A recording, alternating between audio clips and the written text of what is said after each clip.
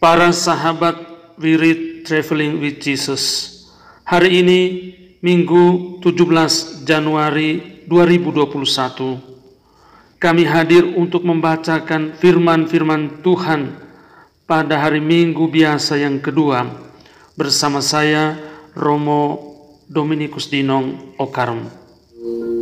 Atas nama Bapa dan Putra dan Roh Kudus. Amin. Datanglah ya Roh Kudus, datanglah dengan kekuatan hati Santa Perawan Maria yang tidak bernoda, mempelaimu yang terkasih.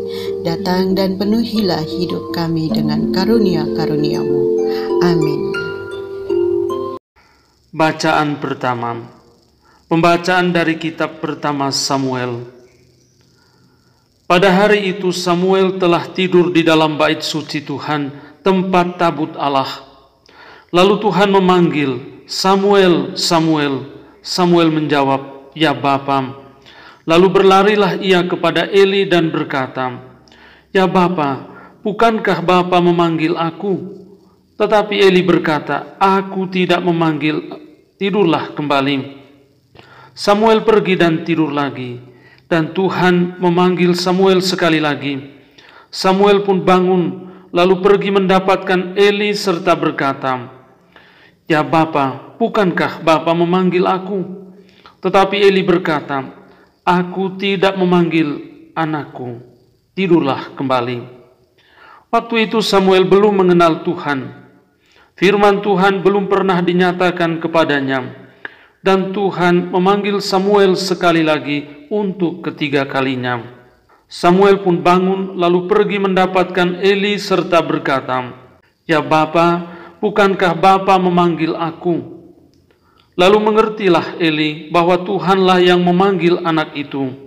Sebab itu berkatalah Eli kepada Samuel, "Pergilah tidur, dan apabila engkau dipanggil lagi, katakanlah, 'Bersabdalah ya Tuhan, hamba-Mu mendengarkan.'" Maka pergilah Samuel dan tidurlah ia di tempat tidurnya. Lalu datanglah Tuhan berdiri di sana dan memanggil seperti yang sudah-sudah, "Samuel, Samuel." Dan Samuel menjawab, "Bersabdalah ya Tuhan, hamba-Mu mendengarkan." Samuel makin bertambah besar dan Tuhan menyertai dia. Tidak ada satupun dari firman Tuhan itu yang dibiarkannya gugur. Demikianlah sabda Tuhan. Syukur kepada Allah. Mazmur tanggapan refrain. Aku datang ya Tuhan untuk melakukan kehendak-Mu. Aku sangat menanti-nantikan Tuhan. Lalu ia menjengukku dan mendengar teriakku minta tolong. Ia memberikan nyanyian baru dalam mulutku untuk memuji Allah kita.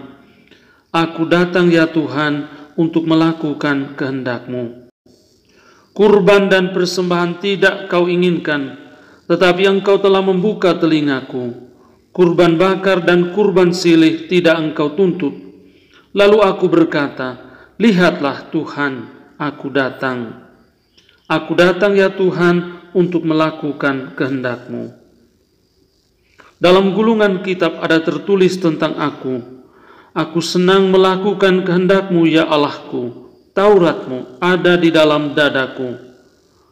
Aku datang ya Tuhan untuk melakukan kehendak-Mu. Aku mengabarkan keadilan di tengah jemaat yang besar. Bibirku tidak kutahan terkatup. Engkau tahu itu ya Tuhan. Aku datang ya Tuhan untuk melakukan kehendak-Mu. Bacaan kedua. Pembacaan dari surat pertama Rasul Paulus kepada jemaat di Korintus. Saudara-saudara, tubuh bukanlah untuk percabulan, melainkan untuk Tuhan, dan Tuhan untuk tubuh. Allah yang membangkitkan Tuhan Yesus akan membangkitkan kita juga oleh kuasa-Nya. Tidak tahukah kamu bahwa tubuhmu adalah anggota Kristus? Siapa yang mengikatkan dirinya pada Tuhan menjadi satu roh dengan Dia. Jauhkanlah dirimu dari percabulan. Setiap dosa lain yang dilakukan manusia terjadi di luar dirinya. Tetapi orang yang melakukan percabulan berdosa terhadap dirinya sendiri. Atau tidak tahukah kamu bahwa tubuhmu adalah bait Roh Kudus yang diam di dalam kamu, yaitu Roh Kudus yang kamu peroleh dari Allah, dan bahwa kamu bukan milik kamu sendiri, sebab kamu telah dibeli dan harganya telah dibayar lunas. Karena itu, muliakanlah Allah dengan tubuhmu. Demikianlah sabda Tuhan. Syukur kepada Allah. Haleluya, haleluya, haleluya. Kami telah menemukan Mesias yang artinya Kristus.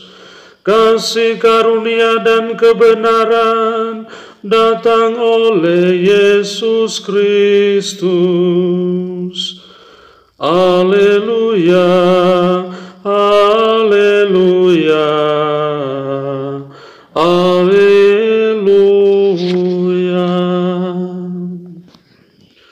Tuhan sertamu dan sertamu juga. Inilah Injil Yesus Kristus menurut Yohanes. Dimuliakanlah Tuhan. Sekali peristiwa, Yohanes berada di tempat ia membaptis orang di Sungai Yordan, sedang berbincang-bincang dengan dua orang muridnya. Ketika melihat Yesus lewat, Yohanes berkata, "Lihatlah anak domba Allah." Mendengar apa yang dikatakan Yohanes, kedua murid itu pergi mengikuti Yesus. Tetapi Yesus menoleh ke belakang. Melihat bahwa mereka mengikuti Dia, Yesus lalu berkata kepada mereka, "Apakah yang kamu cari?" Kata mereka kepadanya, "Rabi," artinya guru, "di manakah engkau tinggal?" Yesus berkata kepada mereka, "Marilah dan kamu akan melihatnya." Mereka pun datang dan melihat di mana Yesus tinggal, dan hari itu mereka tinggal bersama-sama dengan Dia. Waktu itu kira-kira pukul 4. Salah seorang dari kedua murid yang mendengar perkataan Yohanes lalu mengikuti Yesus adalah Andreas, saudara Simon Petrus. Andreas mula-mula bertemu dengan Simon, saudaranya, dan ia berkata kepadanya, "Kami telah menemukan Mesias, artinya Kristus." Lalu Andreas membawa Simon kepada Yesus. Yesus memandang dia dan berkata, "Engkau Simon, anak Yohanes, engkau akan dinamakan Kefas, artinya Petrus." Injil Tuhan, terpujilah Kristus.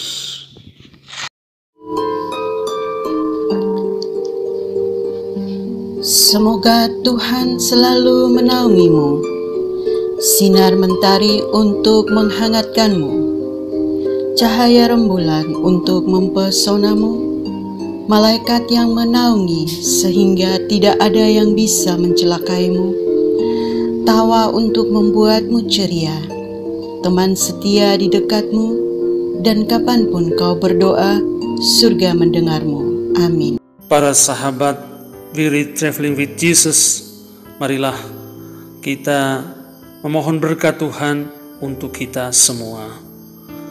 Tuhan sertamu dan sertamu juga. Semoga saudara-saudari, cita-cita, rencana-rencana, pekerjaan-pekerjaan, kesehatan, dan imanmu senantiasa dibimbing, dilindungi, dan diberkati oleh Allah yang Maha Kuasa, Bapa, Putra, Roh Kudus. Amin.